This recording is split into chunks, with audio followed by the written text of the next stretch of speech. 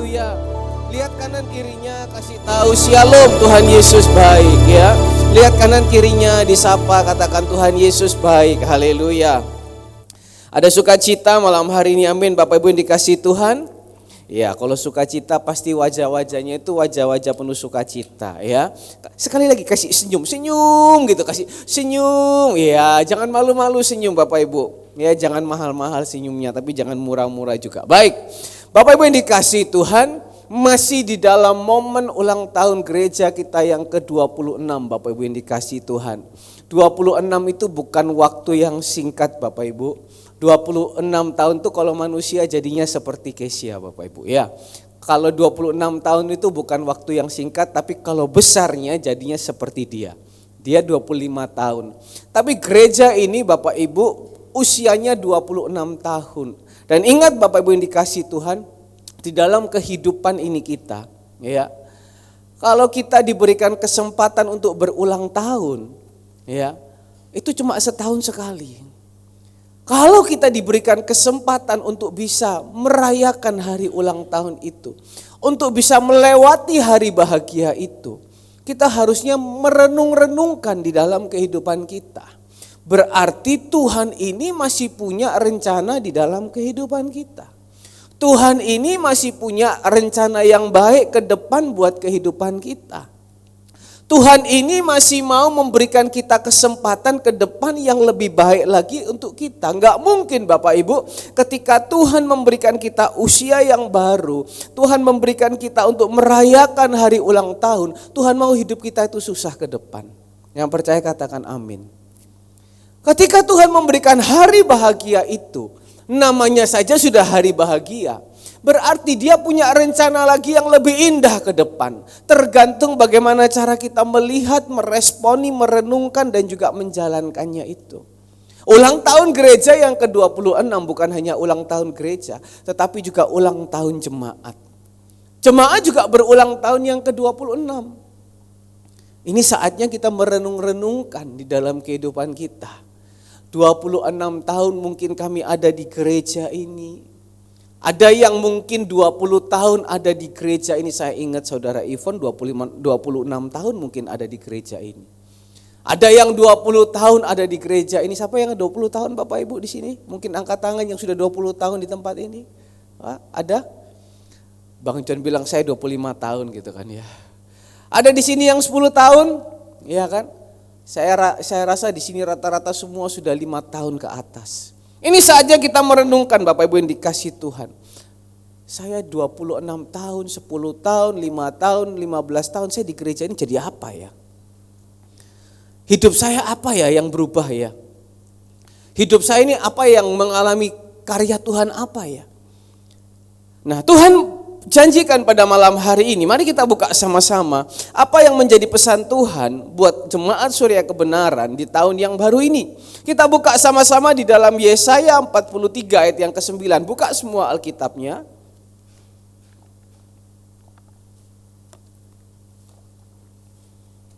Yesaya 43 ayat yang ke-9. Yang sudah dapat katakan amin. Ya, belum dapat berarti.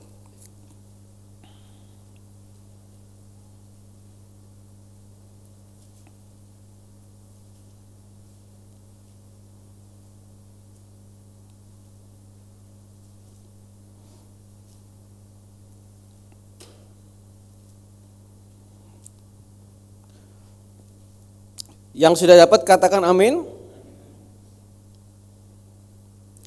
Ya, Yesaya 43 ayat yang ke-19 kita baca sama-sama. 1, 2, 3. Lihat, aku hendak membuat sesuatu yang baru, yang sekarang sudah tumbuh. Belumkah kamu mengetahuinya? Ya, aku hendak membuat jalan di padang gurun dan sungai-sungai di padang belantara. Yang percaya katakan. Satu kali lagi kita baca dengan iman. 3, 2, 1. Lihat, aku hendak membuat sesuatu yang baru, yang sekarang sudah tumbuh. Belumkah kamu mengetahuinya?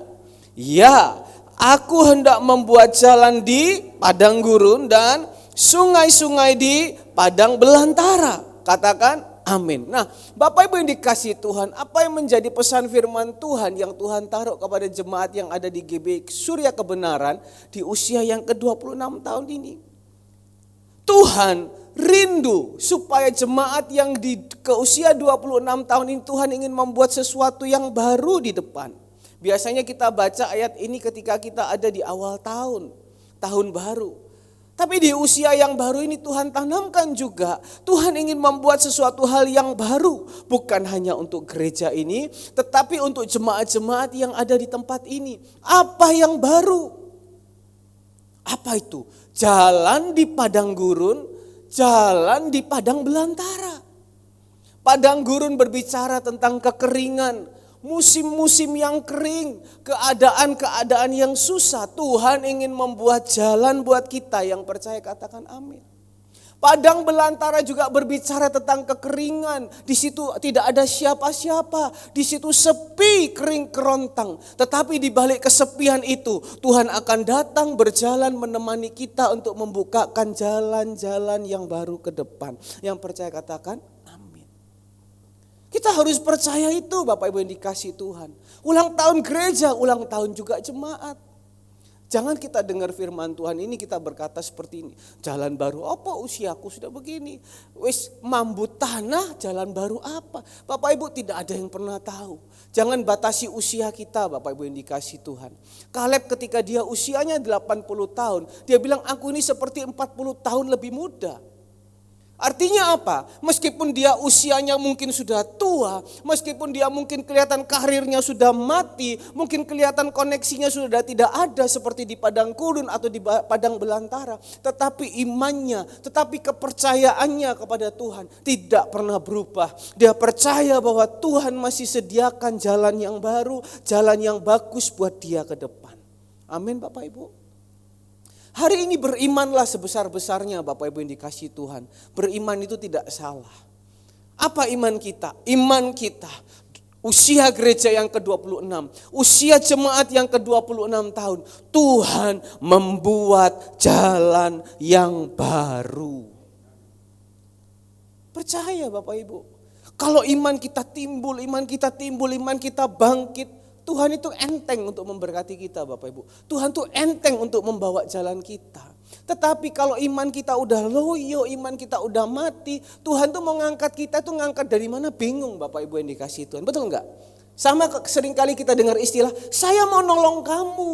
Tapi mau nolong kamu tuh nolong dari mana enggak tahu jalannya. Kenapa? Kamunya sendiri pasif, kamunya sendiri imannya mati, kamunya sendiri juga enggak mau gerak. Tapi malam hari ini Bapak Ibu, ketika kita beriman sebesar-besarnya, ketika kita percaya sebesar-besarnya, dan ketika kita mau melangkah juga di dalam Tuhan, Tuhan bilang, oh terlalu banyak jalan untuk menolong engkau. Ada amin Bapak Ibu? Nah kita kembali ke firman Tuhan. Yesaya 43 ayat yang ke-9 ini, ayat yang ke-19 mohon maaf. Ini Tuhan itu berbicara melalui Nabi Yesaya. Dia ngomong, kasih tahu sama bangsa Israel itu yang ada di Babilonia, yang ada di dalam pembuangan, mereka yang ada di padang gurun, mereka yang ada di padang belantara, supaya apa? Bersandar, berharap, percaya kepadaku. Aku akan buka jalan buat mereka. Responnya bagaimana Bapak Ibu yang dikasihi Tuhan? Nah, bangsa Israel ini responnya ketika dia dengar firman Tuhan itu, pada saat posisinya kejepit, mereka berubah. Berubah apa? Berubah setia. Ingat Tuhan bilang apa?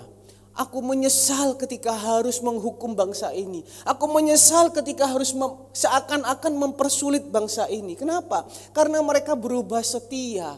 Karena mereka tidak percaya. Karena mereka lebih percaya kepada dunia. Makanya Tuhan seakan-akan bukan Tuhan yang gak bisa. Tapi janji Tuhan gak bisa berlaku. Karena merekanya sendiri. Tapi ketika bangsa itu mendengar firman. Ketika mereka berubah, lihat Tuhan tolong. Ketika mereka berubah setia sama Tuhan, Tuhan berkati, Tuhan buka jalan. Tuhan tuh kalau janji gak pernah bohong, yang percaya katakan amin. Tetapi bangsa Israel hidupnya Bapak Ibu, ketika mereka berubah, ketika mereka ada di posisi enak lagi, mereka kembali berubah lagi Bapak Ibu. Pertama berubah sudah setia sama Tuhan. Ketika mereka sudah ditolong, mereka ada dalam posisi yang nyaman, mereka berubah lagi jadi orang yang tidak setia kepada Tuhan. Ketika mereka berubah tidak setia, Tuhan gak bisa tolong mereka lagi. Terus berubah lagi setia. Sudah ditolong, berubah lagi gak setia. Itu namanya manusia. Tetapi 26 tahun gereja ini kita mau mempelajari suatu hal yang baru. Dikatakan tadi di dalam firman Tuhan tadi pagi, di dalam Roma pasal yang ke-12 ayat yang pertama. Baca ini baik-baik Bapak Ibu dikasih Tuhan. Karena itu saudara-saudara, demi kemurahan Allah aku menasihatkan kamu. Ini Rasul Paulus menasihati orang-orang yang ada di Roma. Orang-orang yang notabene percaya Tuhan, tapi bukan menghakimi, mungkin setengah-setengah. Supaya kamu mempersembahkan apa? Tubuhmu sebagai persembahan yang hidup, yang kudus, yang berkenan kepada Allah, itu adalah ibadah yang sejati. Paulus ngomong sama orang-orang di Roma, kamu persembahkan hidupmu. Gimana caranya mempersembahkan hidup? Tuhan mau pakai hidup kita sebagai persembahan yang apa? Hidup. Sebagai persembahan yang apa? Kudus. Persembahan apa? Yang berkenannya artinya jadi berkat Bapak Ibu. Tapi caranya gimana? Ayat yang kedua. Caranya gimana? Ayat yang kedua. Janganlah kamu menjadi serupa dengan dunia ini. Katakan kanan kiri. Dunia. Tetapi apa? Berubahlah oleh pembaharuan budimu. Sehingga kamu dapat membedakan mana kehendak Allah, apa yang baik, yang berkenan kepada Allah dan yang sempurna. Coba bahasa Inggrisnya apa? Dikatakan kalau di dalam bahasa Inggris Bapak Ibu, kalau begini kan kita cuma bilang tuh, oh iya ikut Tuhan harus berubah. Tapi coba kita belajar lagi lebih dalam. Dikatakan di situ apa? And be not conformed to this world apa? But be ye transformed. Transform, jangan bingung Bapak Ibu, cuma ngerti dulu dasarnya.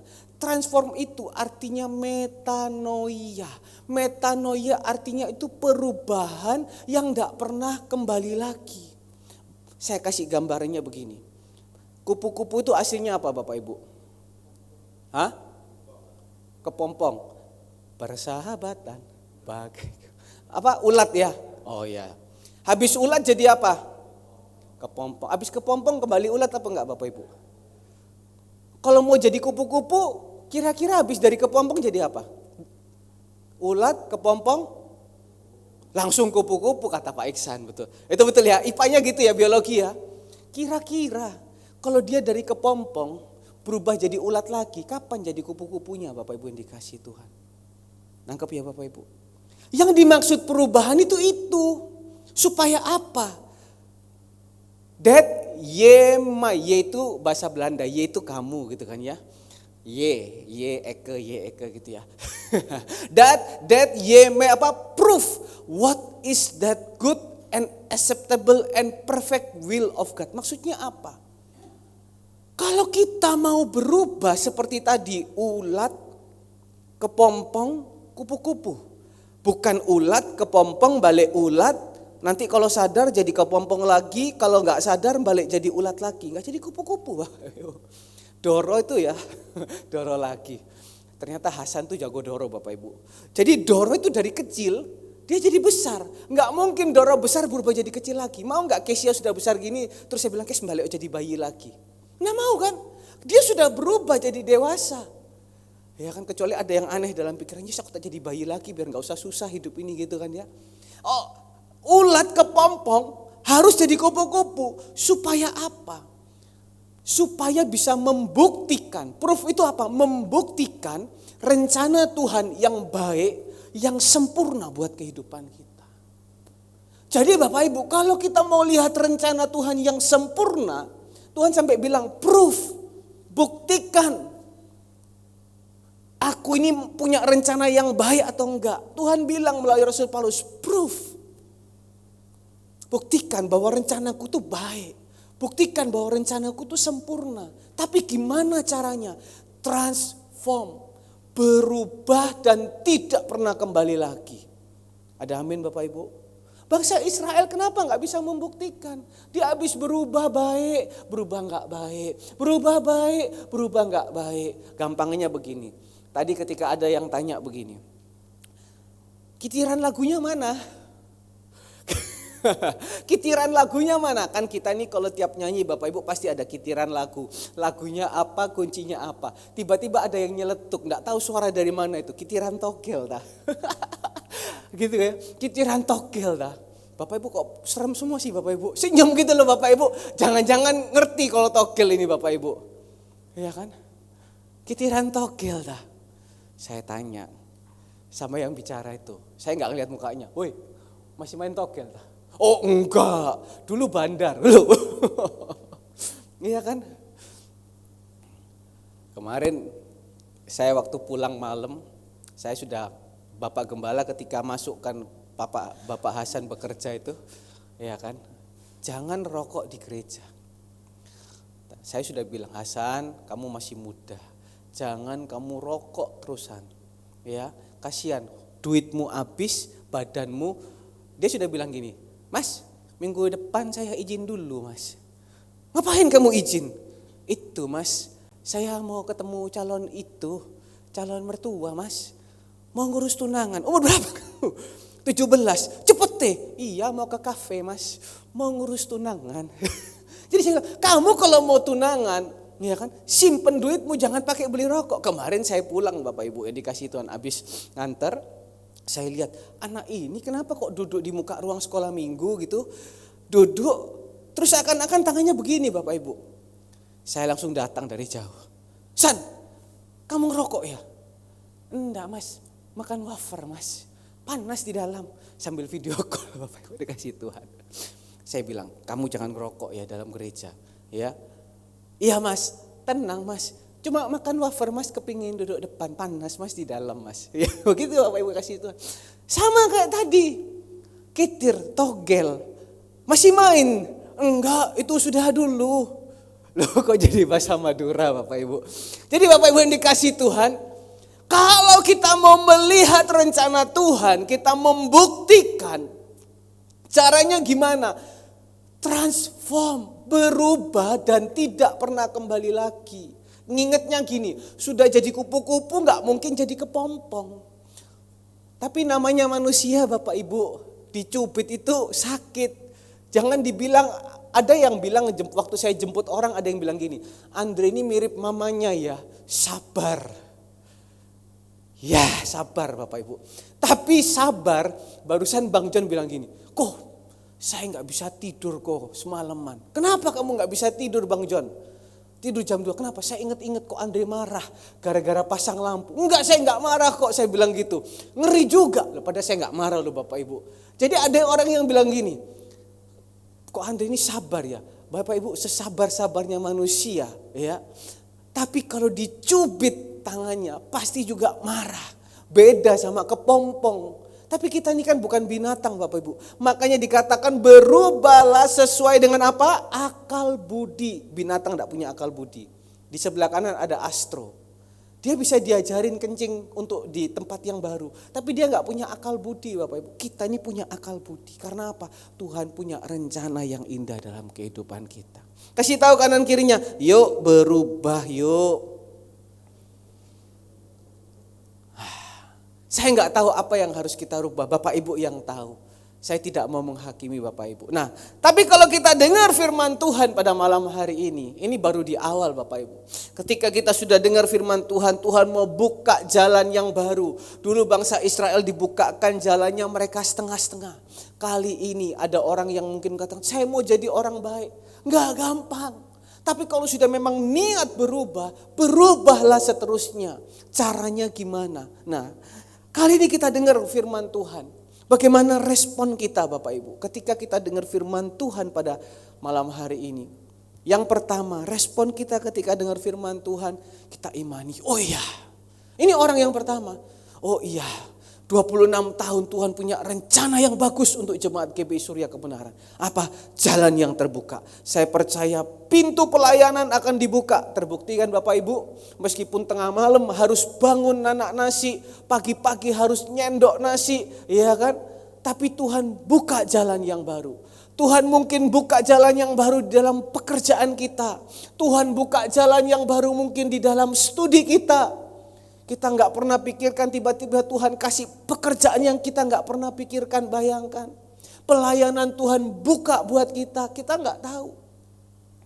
Tapi firman Tuhan malam hari ini ketika kita dengar, yang pertama, ada orang yang ketika dengar firman Tuhan ini dia dengar, oh ya, aku terbakar.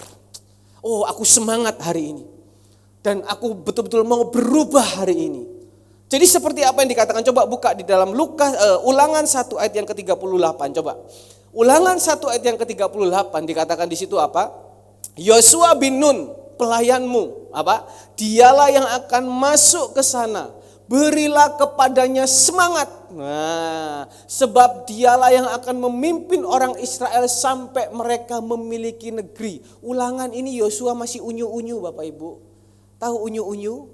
Unyu-unyu itu masih muda, minim pengalaman, minim kemampuan, minim teman. Kalau dibalik sudah tua, mungkin sudah nggak punya koneksi, hidup sendiri. Tetapi ketika apa firman Tuhan katakan, berilah semangat. Bagaimana respon kita mendengar firman Tuhan, pesan Tuhan buat ulang tahun gereja kita yang ke-26, ulang tahun jemaat yang ke-26. Semangat, terima, minta sama Tuhan. Tuhan, aku dengar firman Tuhan ini, aku mau semangat Tuhan. Nanti lihat Bapak Ibu yang dikasih Tuhan. Semangat itu artinya bukan cuma semangat gitu. Tapi dikatakan tadi dalam lagu apa?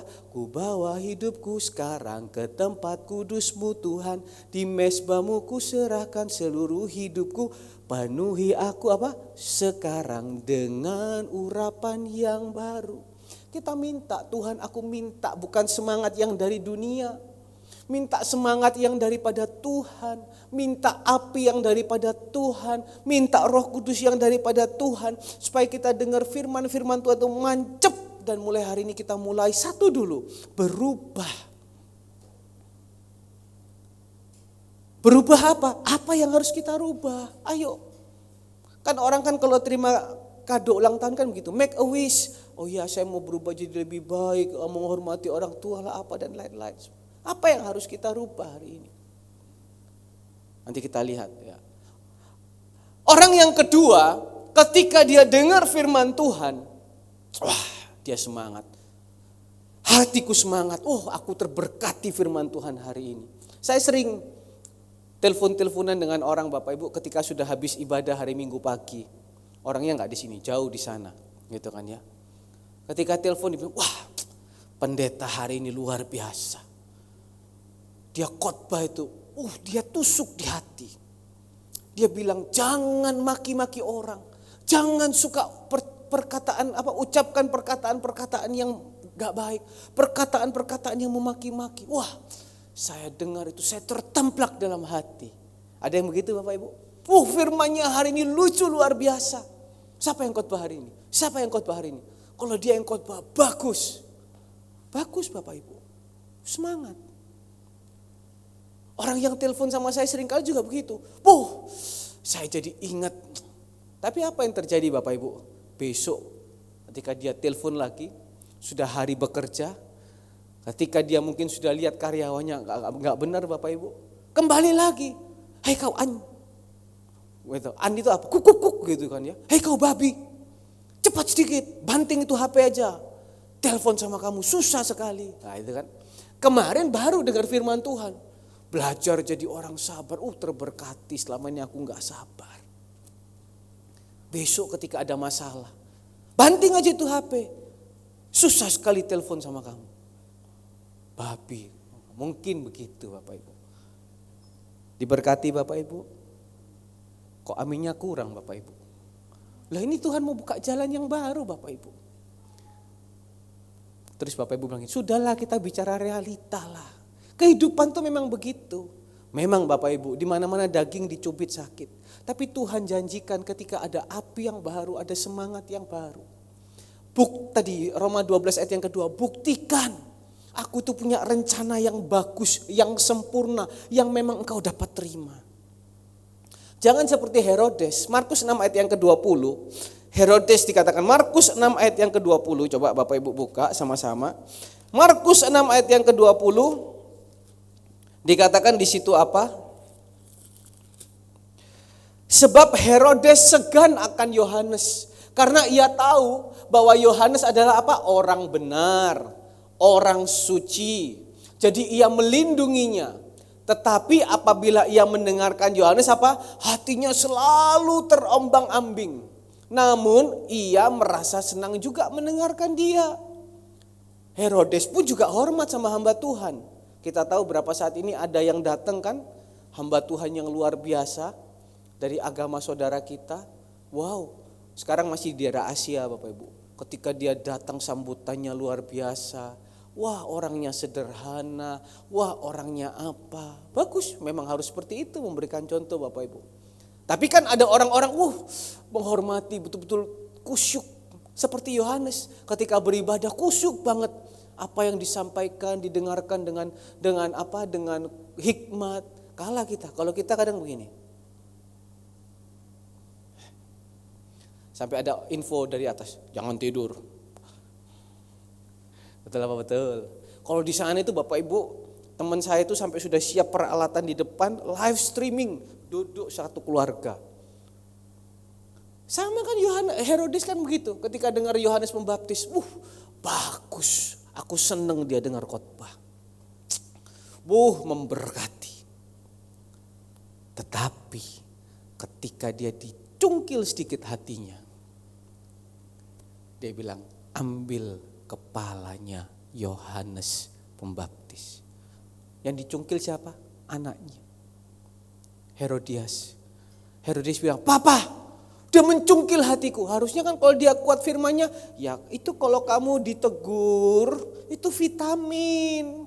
Supaya kamu jadi berubah. Tapi namanya orang yang di atas, anak raja. Saya enggak mau, saya enggak terima. Suruh ambil kepalanya. Betul.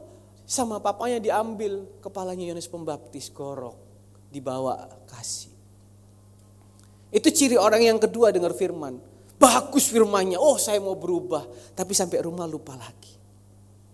Sampai rumah ketika ada masalah lupa lagi. Yang keluar wataknya, yang keluar karakternya. Sampai ada orang bilang karakter itu tidak bisa berubah. Bapak Ibu, karakter itu bisa berubah. Asalkan apa? Terus ada pegangan firman Tuhan di dalam hati. Terus ada api Tuhan di dalam hati. Pasti. Tuhan masa sih ciptakan kita. Orang bilang begini, orang gak bisa berubah. Tapi ayatnya Roma 12 ayat yang kedua.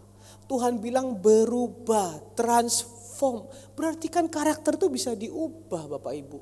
Memang gennya gen dari begitu. Tapi bisa transform, bisa berubah. Berarti kan karakter itu bisa diubah. Tergantung bagaimana yang dengar, bagaimana yang meresponi. Yang ketiga, yang dengar firman Tuhan, ya, tapi tergantung situasi hati. Kalau mungkin hari ini kita lagi bingung banyak tagihan, kita lagi bingung banyak masalah. Dengar firman Tuhan di gereja, ya kan? Apa sih khotbah iki gak nyambung aku. Udahlah. Gak yang lucu-lucu adalah. Kok ngomong apa sih iki? Jalan yang baru, yang realitas aja. Mungkin sekarang mau berangkat gereja mungkin hatinya lagi gak enak. Mungkin di rumah tadi masih ada sedikit cekcok, ya kan? Mungkin waktu tadi mau berangkat di rumah mungkin ada sekarang lagi kepikiran. Aduh lupa kompor mati apa enggak ya? Hari ini ada 7 ruko terbakar bersamaan Bapak Ibu. Restoran di daerah Bukit Mas itu. Itu betapa nolongsonya, sudah rumah makan, yang satu rumah makan sepi lagi. Enggak ada yang masuk, kebakar. Pasti dalam hati nolongso, betul enggak Bapak Ibu? Aduh untung belum balik, ya kan? Ya kalau di asuransi, kalau enggak di asuransi gimana? Hati mulai nyut. Yang satu juga rumah makan, ruame pol Bapak Ibu. Satu kali yang makan tuh mobilnya mewah-mewah, berdempetan. Juga kebakar. Pasti juga dalam hati, aduh Emanere pada rumah makanku ini rame. Ada saja Bapak Ibu, kalau mau muncul hal-hal yang mengganjal di dalam hati itu ada aja. Bangsa Israel juga gitu. Kalau moodnya baik berubah. Kalau moodnya nggak baik, bikin patung lembu emas.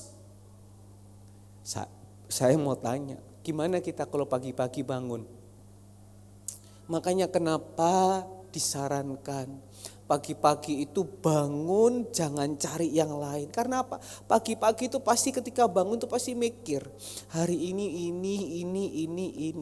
Hari ini punya masalah ini. Belum nanti setan tembakkan panah berapi, ya kan? Kamu tuh lihat, kamu bangun pagi-pagi lihat suamimu ngorok kayak gitu, kayak nggak punya beban.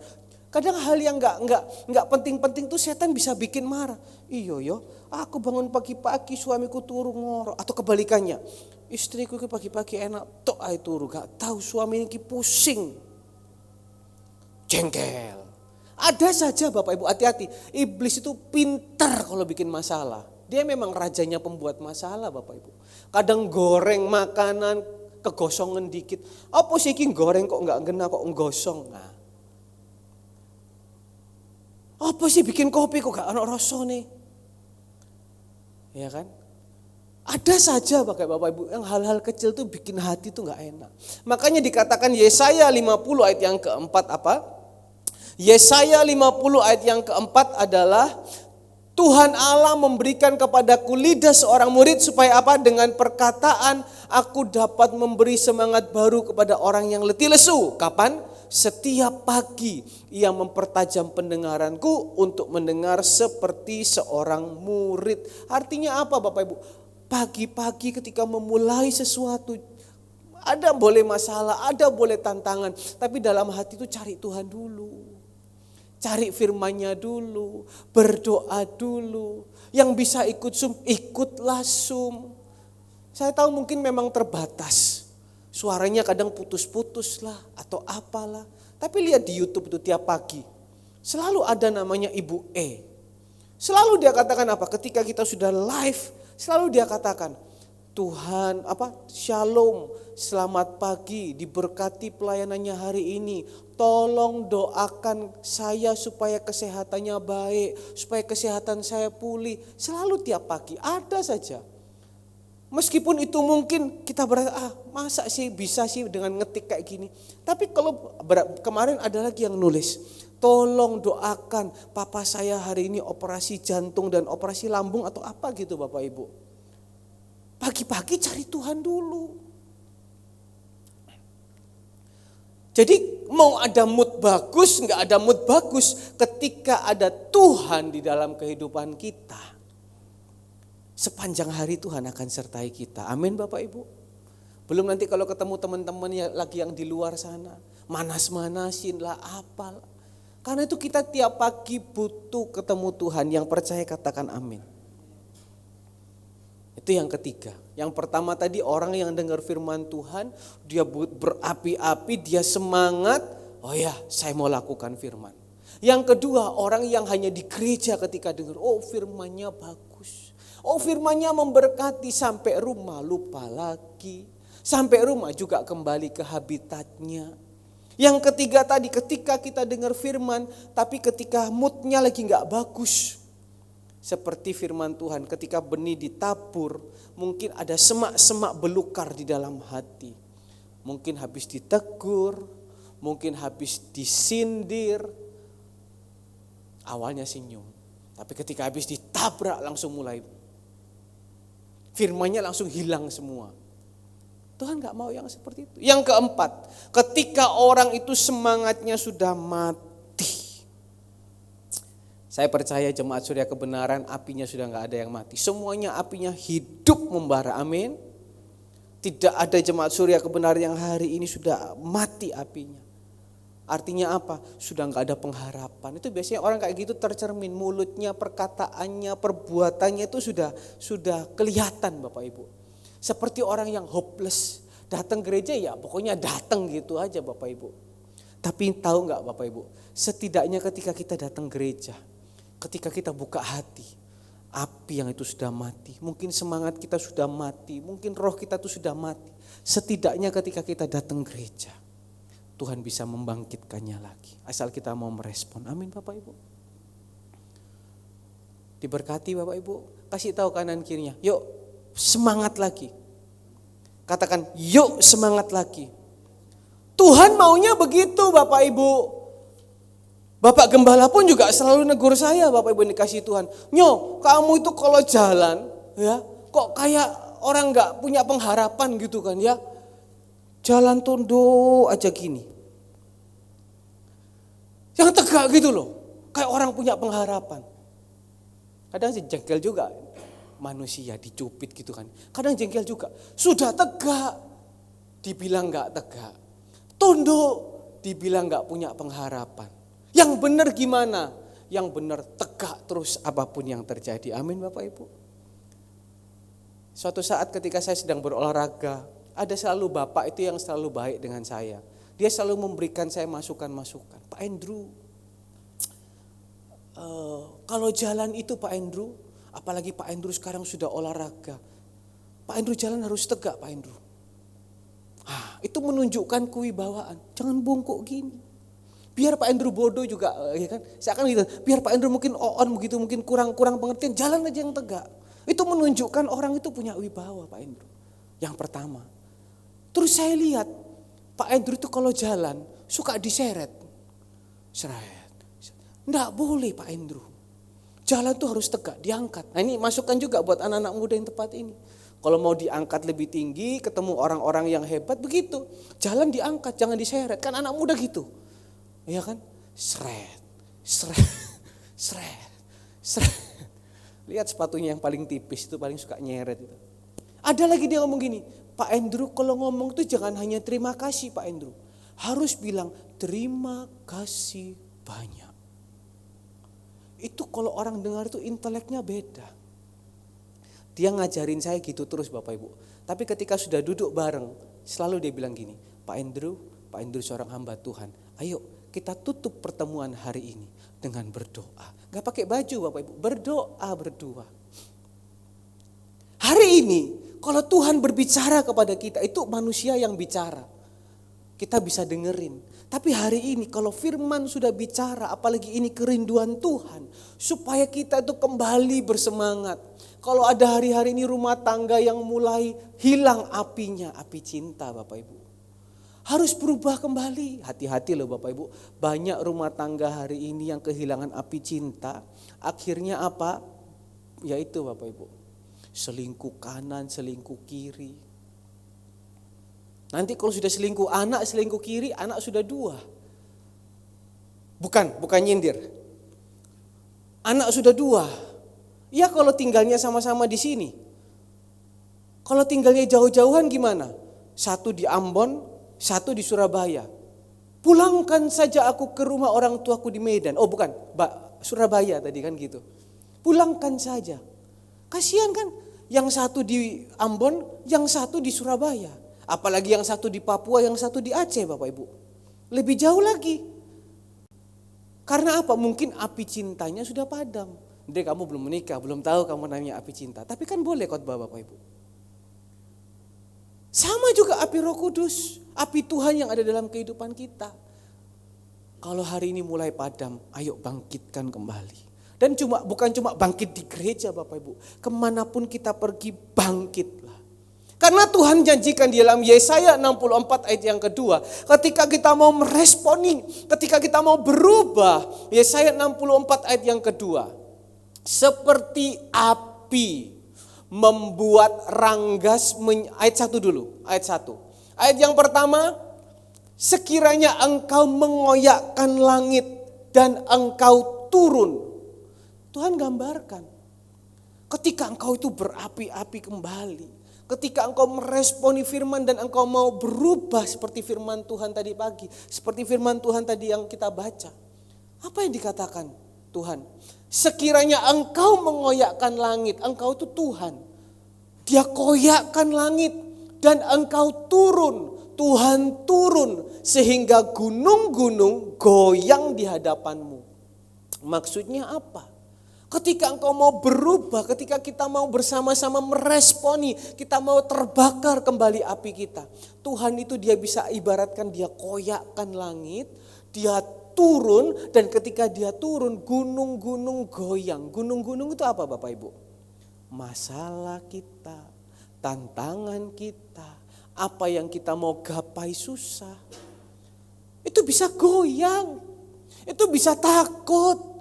Karena apa? Tuhan turun, Tuhan hadir.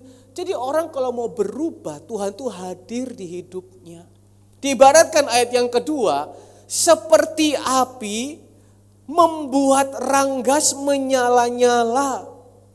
Ranggas itu rumput Bapak Ibu. Rumput itu kalau sudah mati ya mati. Tapi ketika ada api Tuhan, dia bukan hangus Bapak Ibu. Tetapi rumput yang mati itu bisa menyala kembali. Hidup yang mati Tuhan bisa buat hidup kembali ketika Tuhan hadir. Bagaimana Tuhan hadir? Ketika kita mau berubah. Ketika kita mau meresponi firman. Apa yang harus kita rubah Bapak Ibu? Itu PR-nya Bapak Ibu. Masa kita harus pikirin lagi? Bapak Ibu yang tahu. Seperti api membuat air mendidih. Bapak Ibu, saya mau tanya, Ibu John bisa masak? Pernah masak mie goreng? Air ketika dimasukkan di apa itu namanya? Panci. Ketika air itu dingin, mie-nya bisa jadi enggak? Enggak bisa jadi. Harus airnya apa? Mendidih. Ketika air mendidih, bisa jadilah Brenebon. Ketika air mendidih, bisa jadilah mie goreng. Tapi ketika air itu enggak mendidih, apa yang jadi Bapak Ibu? Enggak jadi apa-apa. Bapak Gembala tiap hari pergi Jumat, pergi ke Pacet bersama Bapak Eksan sekarang. Lihat Bapak Eksan tambah awet muda. Karena rendam terus air panas. Karena rendam air panas terus, air mendidih. Lihat kan, aliran darahnya lancar, terpancar dari wajahnya. Rambut boleh putih, hati tetap hitam. Hati tetap hitam. Ya kan? Karena apa? Masuk di air mendidih. Ada perubahan, air belerang. Sama ketika Romo kembali menyala-nyala, gunung bisa bergoncang. Apa yang kita nggak tahu Tuhan itu bisa buat sesuatu. Karena apa? Ada api yang mendidih. Tapi kalau coba hubungan kita sama Tuhan adem anyep gitu. Hubungan kita sama pasangan adem anyep apa? Suam-suam kuku, nggak dingin, nggak panas. Tapi kalau panas, wah rumah tangga bahagia. Rumah tangga bahagia, segala sesuatu bisa terjadi. Ada amin Bapak Ibu? Matius 12 ayat yang ke-20. Hari-hari ini kalau ada yang mulai mati, ada yang sudah mulai kita merasa seperti rumput yang gak berguna. Matius 12 ayat yang ke-20. Buluh yang patah terkulai tidak akan diputuskannya. Dan sumbu yang pudar nyalanya tidak akan dipadamkannya. Sampai ia menjadikan hukum itu menang. Itu kerinduan Tuhan Bapak Ibu. Memang ada lagunya, buluh yang terkulai takkan dipatahkannya. Tapi kita kan bukan burung Bapak Ibu. Ada amin? Siapa di sini yang burung? Kita bukan burung. Jadi kita enggak punya sayap yang patah. Tapi saya belajar dari burung Bapak Ibu. Saya baru mengerti. Di sebelah kiri kita ini ada burung dara Bapak Ibu. Salah satu burung itu sayapnya patah. Jadi kalau yang ngerti nanti cari Bapak Ibu. Suatu saat malam-malam ketika saya lagi ngontrol burung-burung ini. Burung sekarang gembalanya bukan saya Bapak Ibu. Gembalanya Bang John Pardede. Aritonang Kutapea. Dia yang selalu terus. Dre ada jadi suplai untuk kardus bekas itu berkurang. Karena selalu dijadikan alas burung. Pokoknya ada kardus, Dre. Bahkan alasnya Astro pun dijadikan situ. Ya sudahlah, namanya gembala itu melakukan apa saja supaya burungnya aman. Burung dara.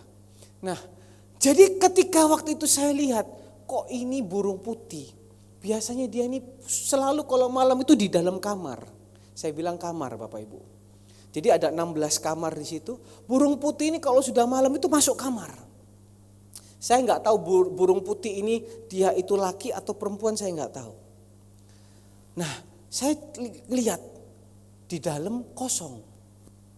Oh, mungkin dia tunggu suaminya pulang. Kok enggak pulang-pulang suamiku? Dia tunggu di muka kamar situ, Bapak Ibu. Ini bisa ya, bisa enggak. Kemudian saya tahu, oh ini yang suaminya atau istrinya sayapnya patah. Jadi enggak pulang-pulang. Terus kemudian saya perhatikan, burung yang putih ini tiba-tiba turun. Dia cari burung yang sayapnya patah atau pasangannya patah itu. Yang laki ini atau perempuan dia lari terus karena dia tahu ada saya. Tapi yang putih ini selalu ngejar. Mungkin dia berkata begini, kalau saya mengerti bahasa, moleo.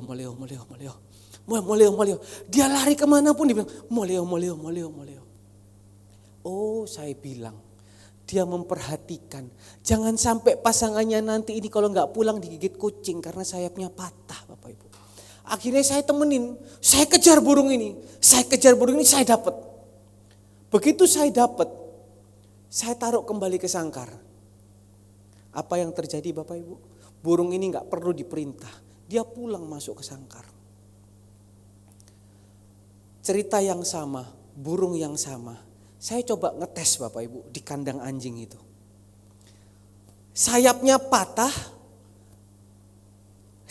burung ini saya masukkan di kandang anjing. Saya tahu dia gak bisa terbang Bapak Ibu.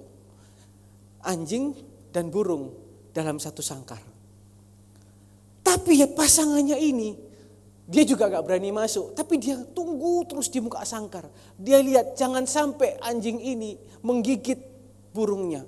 Tapi anjing ini juga takut sama burung ternyata Bapak Ibu. Sama-sama takut berdua, jadi jaraknya jauh. Tapi saya lihat burung ini dia tunggu terus. Itu saya belajar. Bulu yang terkulai tidak akan dipatahkan. Kehidupan kita mungkin kelihatan hari ini patah. Tapi Tuhan tidak pernah meninggalkan kita. Sampai apa? Sampai kita bangkit kembali dan kita menjadi menang. Yang percaya katakan amin. Karena itu perlu malam hari ini kita terbakar kembali Bapak Ibu yang dikasihi Tuhan. Kita terbakar, air itu mendidih, bisa jadi apa saja. Tapi coba Bapak Ibu, kalau kompor itu jadi kompor mati begitu aja. Nggak ada apinya, nggak ada apa, cuma sudah bekas pernah masak, sudah bekas apinya pernah nyala. Terus kompor itu dibiarkan nggak menyala, dia diem saja. Simpen aja di gudang. Apa yang terjadi dengan kompor itu? Banyak tai kecoa, banyak tai cicak. Sama ketika kehidupan kita ini nggak ada apinya Tuhan Bapak Ibu. Kita nggak meresponi firman Tuhan, hidup kita ini penuh dengan sampah. Sampah kebencian, sampah kekotoran, sampah kepahitan. Siapa di sini yang nggak pernah kepahitan? Hari ini berubah. Karena Tuhan punya rencana yang baik buat orang yang mau berubah. Sampai dia jadikan itu menang. Ayo Bapak Ibu yang dikasihi Tuhan. Jangan lihat keadaan kita hari ini. Tapi responi firman Tuhan. Bagian yang terakhir. Api itu menyala ketika dia ada minyak. Minyak ini penting Bapak Ibu. Matius 25, coba kita buka Matius 25 ayat 1 sampai yang ke-13. Matius 25 ayat 1 sampai yang ke-13. Nanti Bapak Ibu baca di rumah. Yang sudah gak pernah baca Alkitab, ayo mulai baca lagi. Kobarkan kembali api kita. Kobarkan kembali semangat kita. Dan kalau sudah berubah Bapak Ibu. Dan yang penting di sini itu adalah bicara tentang minyak. Bicara tentang 5 gadis bodoh, 5 gadis bijaksana. Saya mau tanya Bapak Ibu. Kalau kita sudah terbakar, 5 gadis bodoh menyala enggak pelitanya? Menyala. 5 gadis bijaksana pelitanya menyala enggak? Menyala. Ya kan? Sama-sama menyala. Kalau saya mau ibaratkan, sama-sama pergi gereja. Sama-sama melayani Tuhan. Sama-sama apalagi memberikan yang terbaik buat Tuhan. Sama-sama melayani panti. Sama-sama melayani. Mau di gereja mana, semua sama-sama. Ada amin? Sama-sama percaya Tuhan. Tetapi taunya dia masuk ke pesta itu kapan Bapak Ibu? Kapan taunya dia masuk ke pesta apa enggak? Ketika terakhir kan? Sama. Kita hari ini mungkin startnya sama. Menyalanya sama. Tapi ending kita bagaimana Bapak Ibu? Apakah nanti ketika mempelai itu datang? Kita kan enggak tahu mempelai itu datang Bapak Ibu. 5 mempelai ini sama-sama tidur. Yang bodoh juga tidur, yang bijaksana juga tidur. Mau dia datang mempelai jam 7, jam 10 kita enggak tahu. Pokoknya tugasnya ketika kamu masuk ke pesta pernikahan itu atau pesta itu, pelitamu harus posisinya nyala. Jadi orang yang hari ini semangat Roh Kudusnya atau apinya padam sudah pasti enggak masuk pesta. Orang yang hari ini masih menyala, itu masih ada kemungkinan masuk pesta. Artinya masuk surga lah kalau kita bilang begitulah. Atau kita melihat kemuliaan Tuhan, kita melihat kebaikan Tuhan, tapi ujungnya masuk surga lah. Jadi orang yang masih ada apinya, masuk surga Bapak Ibu. Tapi pertanyaannya, kita tahu enggak kapan Tuhan itu datang? Kapan tuh mempelai datang? Kan enggak tahu. Otomatis kita harus jaga api itu. Tapi akhirnya baru tahu ketika mempelai itu datang, yang mempelai 5 wanita bijaksana ini apinya masih menyala, sudah mati, tapi dia punya cadangan minyak sehingga bisa nyala lagi. Tetapi yang bodoh ini enggak punya cadangan minyak, harus beli. Minyak itu caranya harus beli. Mereka pergi beli tapi mempelai sudah datang, terlambat. Jangan sampai jemaat GBI Surya Kebenaran menjadi jemaat yang terlambat. Karena itu kita butuh cadangan minyak. Apa itu minyak? Bayar harga. Akhir zaman ini kita harus bayar harga. Kasih tahu kanan kirinya, bayar harga. Maksudnya bayar harga itu apa? Minyak ini kan dibeli. Jangan kita ikut Tuhan sekarang setengah-setengah. Jangan sekarang kita ikut Tuhan maunya males-malesan. Harus bayar harga. Doa pagi itu bayar harga. Di proses itu bayar harga. Melayani Tuhan dalam hal-hal yang dalam keadaan yang enggak baik, itu bayar harga. Tuhan taruh kita meskipun kadang sering kali Tuhan ini kita ditaruh di tempat padang belantara, padang gurun, di sini kering Tuhan, kok sepi. Itu kalau Tuhan sudah taruh, bayar harga. Ayo Bapak Ibu yang dikasihi Tuhan, berubah yang tidak pernah kembali lagi itu juga bayar harga. Maukah kita malam hari ini kembali terbakar semangat kita yang baru. Kita mempunyai fokus ke depan, oh Tuhan mau buka kita jalan yang baru. Kita meresponi mulai hari ini aku mau berubah. Apa yang Bapak Ibu mau berubah? Katakan dalam hatimu, Tuhan aku mau berubah yang ini Tuhan. Tuhan aku mau berubah yang apa yang Tuhan suruh Tuhan. Dan bayar harga untuk bertahan. Orang yang bertahan sampai kesudahannya dia akan apa Bapak Ibu? Selamat. Siapa itu? Orang yang mau bayar harga. Biar firman Tuhan pada malam hari ini memberikan kita pengertian, membangkitkan kembali iman kita, membangkitkan semangat yang ada dalam kehidupan kita. Apa yang harus diubahkan dalam kehidupan kita yang Tuhan sudah taruh. Ayo berubah.